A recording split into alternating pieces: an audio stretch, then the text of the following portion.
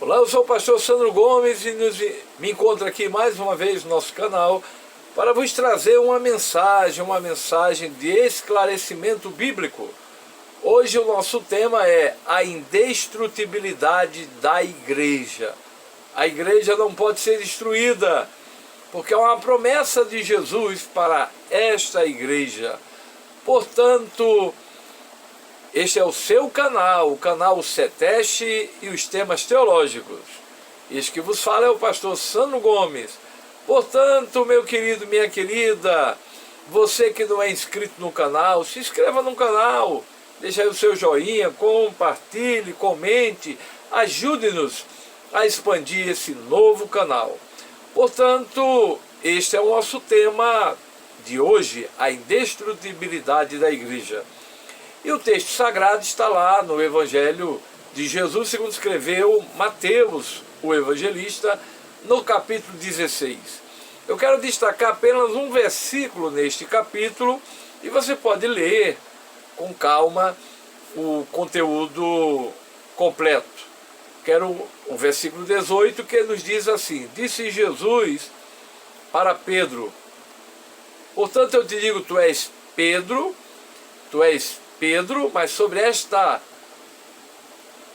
pedra edificarei a minha igreja, e as portas do inferno não prevalecerão contra ela. Digo, tu és Simão, filho de Jonas, tu serás chamado Pedro. Jesus já havia falado isso no Evangelho de João, no capítulo 1, versículo 42. Então Jesus disse para Pedro, de maneira tão maravilhosa, está aqui no texto sagrado, versículo 18, também eu te digo que és Pedro, e sobre esta pedra edificarei minha igreja, e as portas do inferno não prevalecerão contra ela. Portanto, o Senhor Jesus, ele fez uso da palavra Pedro, se dirigindo a Simão, e ele fez uso de três palavras que gostaria de destacar: prevalecer, inferno, que é Hades, na língua grega, transliterado, e portas. Portanto, o Senhor Jesus disse: Simão, filho de Jonas, sobre esta pedra edificarei a minha igreja. A palavra pedra, em relação a Pedro, Jesus disse assim: tu és Petros, pedrinha, fragmento de rocha, mas sobre esta pedra eu edificarei a minha igreja, e as portas do inferno não prevalecerão contra ela. Então Jesus usou, eu quero destacar a palavra prevalecer, as portas do inferno não prevalecerão. Ou seja, isto tem a ver com aquilo que prevalece, aquilo que é forte. Jesus está dizendo, olha, as portas do inferno não vão prevalecer contra a minha igreja. Muito bem. Então Jesus também fez uso da palavra inferno, que numa transliteração é Hades, a palavra Hades. E a palavra Hades, os gregos, né, no paganismo até usavam essa palavra, e dividia em dois compartimentos. O primeiro compartimento, não é? Na verdade, o primeiro compartimento que eles dividiam, eu quero até destacar aqui, dentro da nosso apontamento, era Tártaro. Então, o primeiro compartimento, Tártaro, onde estavam as pessoas que não eram consideradas justas. E o segundo compartimento, Elísio. Então aí é a concepção dos gregos. Mas as escrituras neotestamentárias do Novo Testamento também usam essa palavra.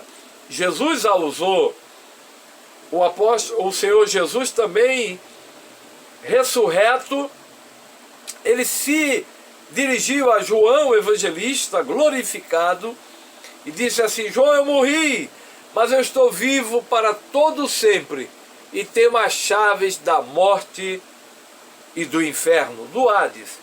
Então a palavra Hades significa ver. Mas por causa da letra alfa que foi colocado na palavra Hades, significa não ver. Logo, Hades, à luz da palavra de Deus, tem a ver com o mundo invisível dos mortos. Não ver. Então, a palavra de Deus nos mostra que esse mundo invisível, aonde estão os perdidos, ali se encontram. Porque Jesus nos fala a respeito de um homem muito rico, mas que não amparava um mendigo, por exemplo, ele foi para o Hades.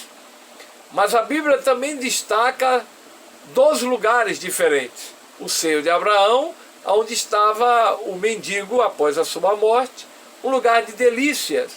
Mas a Bíblia fala que o rico foi lançado no lugar de tormento, nas chamas infernais.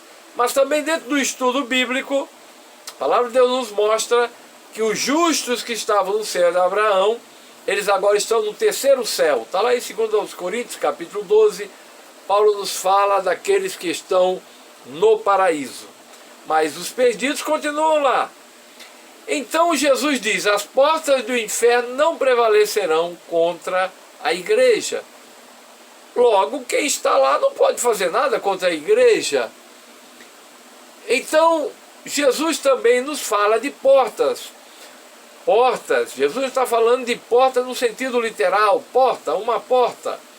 Mas Jesus está falando numa linguagem oriental. Portas numa linguagem oriental, podemos ler lá em Gênesis, no capítulo 19, onde Ló estava à porta da cidade, com aqueles que julgavam. Portanto, isso tem a ver com concílios. Podemos traduzir assim, os concílios espirituais do mal não podem prevalecer contra a igreja. Lá no livro de Ruth, no capítulo 4, também Boaz chamou os homens da porta para resolver uma questão cultural. Logo, os homens da porta. Então o que a palavra de Deus está nos dizendo? Que as portas do inferno não prevalecerão contra a igreja. Os concílios infernais, Jesus está dizendo, não podem prevalecer contra a igreja. Me faz lembrar de 2 livros que li, do Oswald Smith, O Clamor do Mundo, e de T.L. Osborne, O Impacto, de reuniões infernais, dos concílios promovidos pelo diabo, opositor da igreja, para impedir a marcha da igreja. Mas nesses 2 concílios também foi declarado que não conseguiram prevalecer contra a igreja. A Bíblia nos fala também no livro de Daniel sobre o príncipe da Pérsia que se interpôs para impedir a resposta das orações de Daniel chegar até ele. Mas o Senhor jogou por terra.